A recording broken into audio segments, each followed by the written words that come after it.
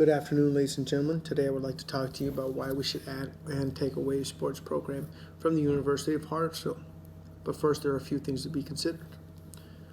These include current budget standings compared to the national average, geographical location, strategic plans, and how they will be affected by the change in realistic cost and revenue streams these changes will bring about, and the potentials of adding the team itself. Based on these factors, I believe that it would be beneficial to eliminate field hockey from the university and add women's wrestling. The University of Hartsville, in particular, does not have the geographical location to support the best field hockey program, although it does for wrestling. Women's wrestling. This is proven by the sports offered within the conference of the University of Hartsville. For example, the South Atlantic Conference, which includes schools within their area, does not offer field hockey.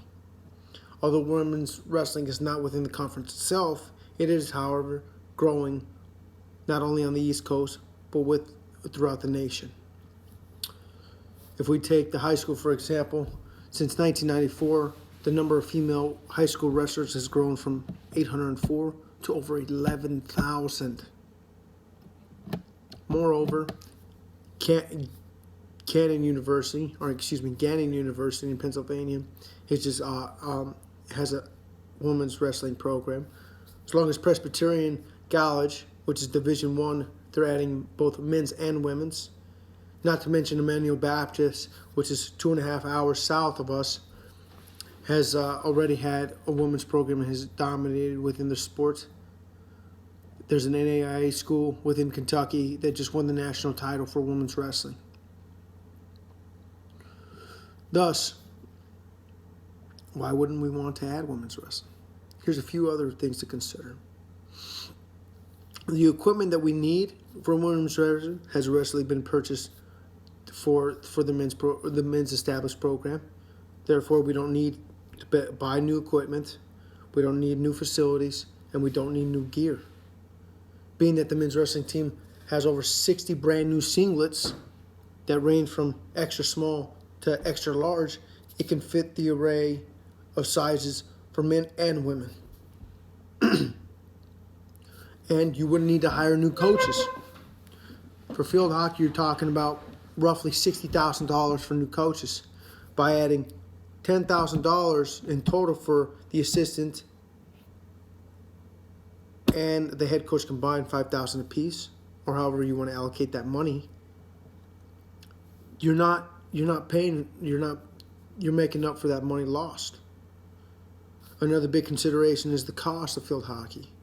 The Division II national average is $187,000, but it only brings in $10,000 worth of revenue.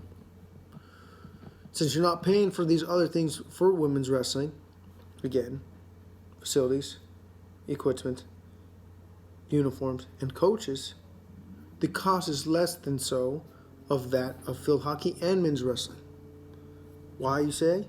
Well, a majority of athletic programs that host women's programs or host women's tournaments are all located on the East Coast or within driving distance. Okay, so if we do our break-even equation, all right, we would need a minimum of 19 student athletes that are not on scholarship to break even. So to start up a women's program, we would need 27 student athletes without losing money. Being that the team roster holds 40 athletes, 13 of those student athletes would become strictly profit. So even though you might see higher costs in the beginning, you will bring a much larger athletic group in that will benefit not only the program, but the institution. Contrary, Division II average being 22 field hockey players, both men's and women's program will bring in over 80 wrestlers. 26 devoted at the very least straight for profit.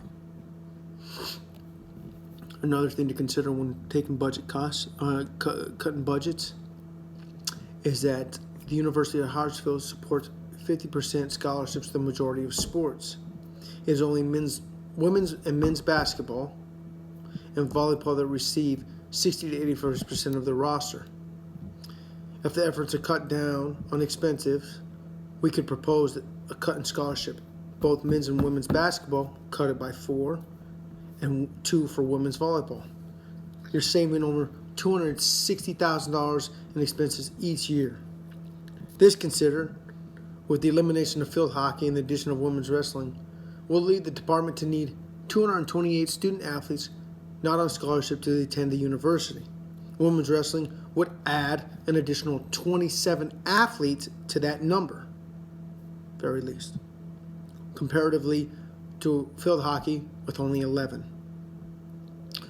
We also have the opportunity to start a regional training center that will allow camps and clinics to be ran not only for high school, but junior wrestling and international wrestling. Teams from all over the world can come and train at the University of Hartsville Regional Training Center without any additional cost to us, but we can charge them, renting out our facility. Now we can run clinics, 3-day clinic for any wrestler, $300+. That's not even including housing. If we include housing, that's an additional $150.